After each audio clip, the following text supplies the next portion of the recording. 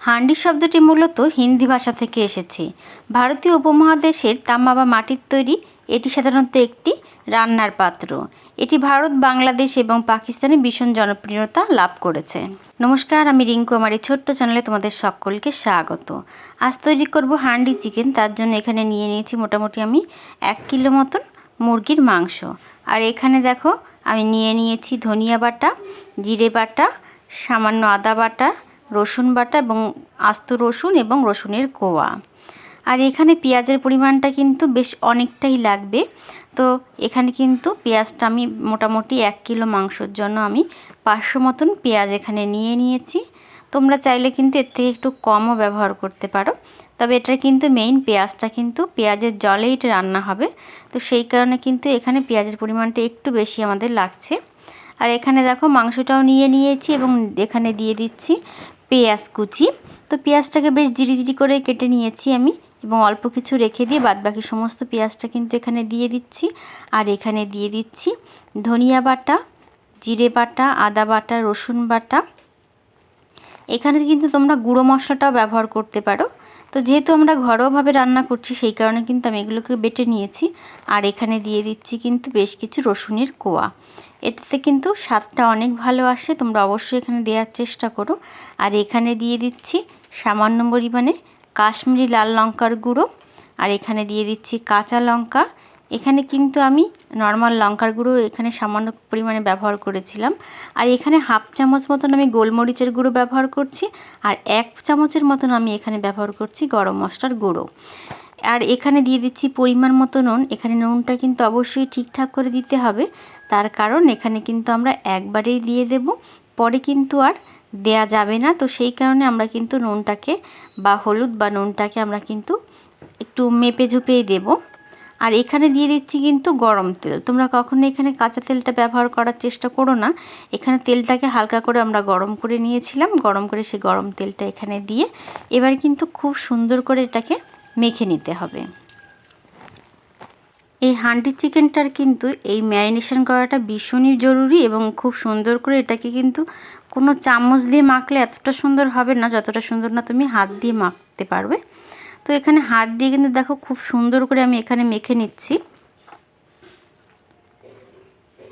এবং মাখা মোটামুটি আমার হয়ে গিয়েছে। এবার কিন্তু এটাকে হালকা একটু ঢেকে আমি কিন্তু রেখে দেব মোটামুটি 1 ঘন্টার জন্য। তোমরা অবশ্যই চেষ্টা করো এখানে 1 ঘন্টা রাখার জন্য।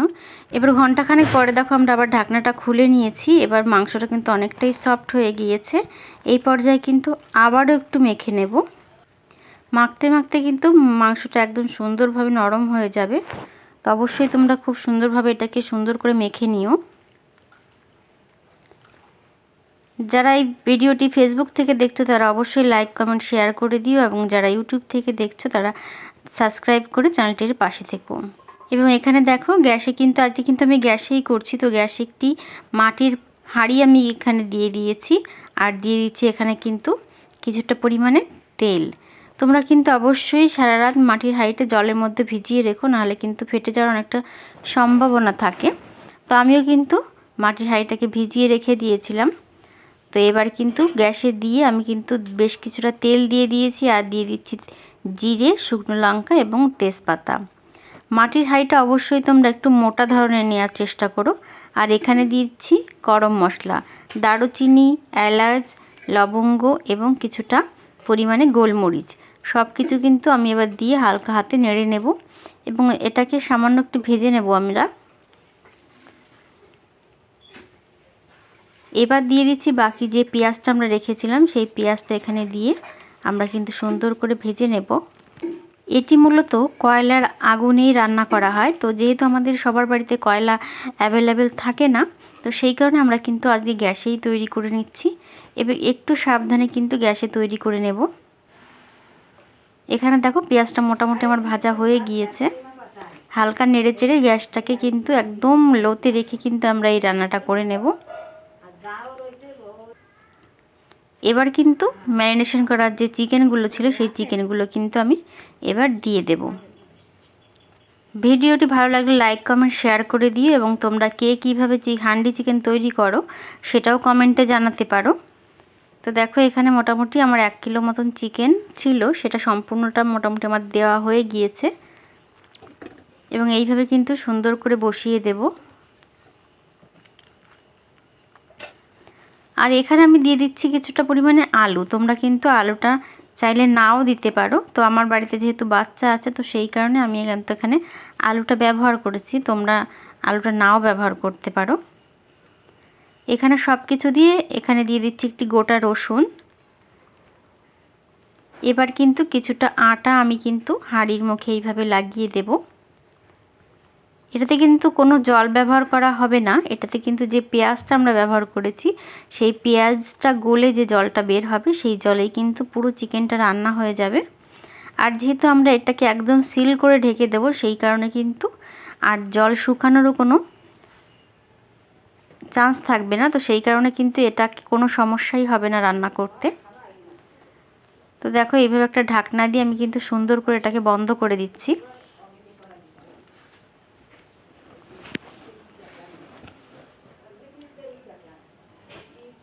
এবং এখানে অবশ্যই খেয়াল রাখতে হবে, এখানে গ্যাসের ফ্লেমটা কিন্তু একদম লোতে রেখেই রান্নাটা করে নিতে হবে।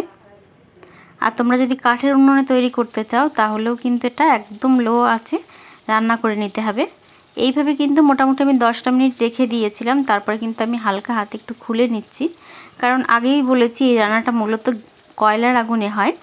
যেহেতু আমরা গ্যাসে করছি, সেই কারণে কিন্তু আমরা একটুখানি খুলে হালকা হাতে একটু নেড়ে দেব। দেখো অলরেডি কিন্তু জলটা বেরিয়ে এসেছে। তোমরাও কিন্তু গ্যাসে যারা করবে, তারা এরকম হালকা হাতে একটুখানি 10 মিনিট পরে কিন্তু তোমরা একটু নেড়ে চেড়ে নিতে পারো। আর এই সময় কিন্তু তোমরা নুনটাও একটু চেক করে নিতে পারো। তোমাদের যদি মনে হয় নুন বা ঝাল আর একটু প্রয়োজন, তোমরা এই সময় কিন্তু দিয়ে দিতে পারো। তো আমি কিন্তু আবারও আটকে দেবো এটাকে। আটকে দিয়ে এবার কিন্তু আর মোটামুটি 20 মিনিট পরে কিন্তু আমি খুলবো। তো এই রান্নাটা হতে মোটামুটি আমার 45 মিনিট মতন সময় লেগেছিল।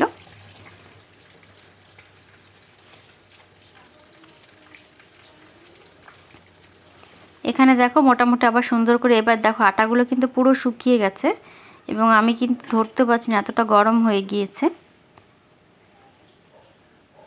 এবার হালকা একটা চামচ বা ছুরি, যার সাহায্যেই হোক, তোমরা কিন্তু এরকম চারিদিকে একটুখানি ছাড়িয়ে তোমরা কিন্তু ঢাকনাটা খুলে ফেলতে পারবে। দেখো এখানে কতটা অসাধারণ লাগছে দেখতে, এবং কোনো জল কিন্তু এখানে ব্যবহার করা হয়নি। তবুও কিন্তু কতটা পরিমাণে মাংসের যে গ্রেভি হয়েছে, তো এটা কিন্তু সম্পূর্ণ ওই পেঁয়াজের কারণেই হয়েছে। এবং মাংসটা কিন্তু ভীষণ সুন্দরভাবে নরম হয়ে গিয়েছে। হান্ডি চিকেনটা কিন্তু আমাদের পুরোপুরি একদমই রেডি। এবং দেখো কতটা সুন্দরভাবে গলে গিয়েছে মাংসগুলো। তোমরা অবশ্যই বাড়িতে একবার ট্রাই করো এবং কমেন্টে জানিও কেমন হয়েছে। সকলকে অনেক ধন্যবাদ।